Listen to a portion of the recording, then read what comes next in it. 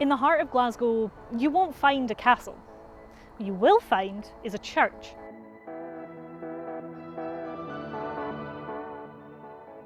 And that's important because not just any building could grow a city like Glasgow.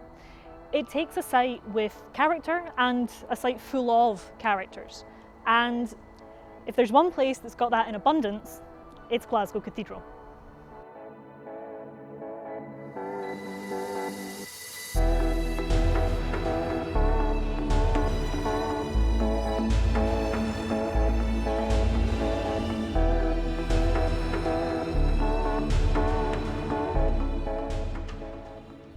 In the middle of it all is the patron saint of Glasgow himself.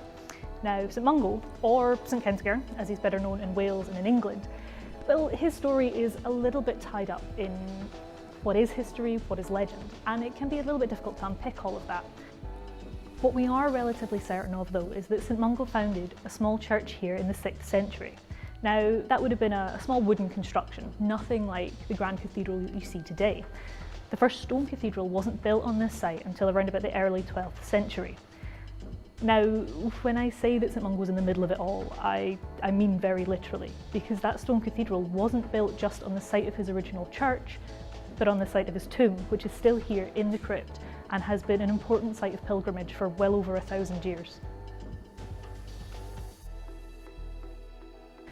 Glasgow Cathedral really is a church for the ages. If you come down here, you're not only going to find 12th century medieval pillars, but you're also going to find very, very modern stained glass.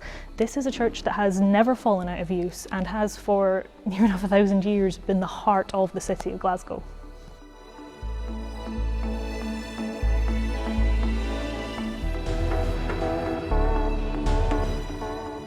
To give you just a small example of how this cathedral is really the heart and soul of Glasgow, I'll give you one that's actually very important to me personally. In the mid-15th century, the bishop here was Bishop Turnbull. Now, he is the man that actually founded the University of Glasgow. Teaching at the university started first here in the chapter house of the cathedral, then moved to Rotten Row, then to High Street, and then up to the Gilmore Hill campus where it is today, where I am today.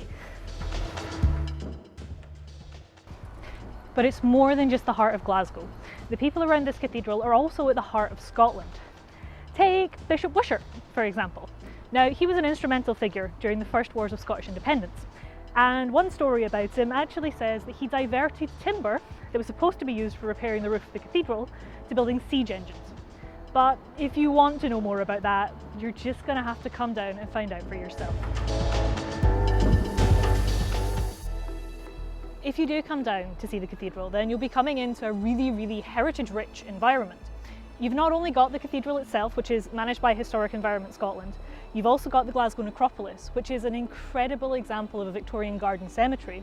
You've got Province Lordship, which is the oldest house in Glasgow, and you've got, just behind me here, the St Mungo's Museum of Religious Life and Art, which is actually the only museum of its kind in the country.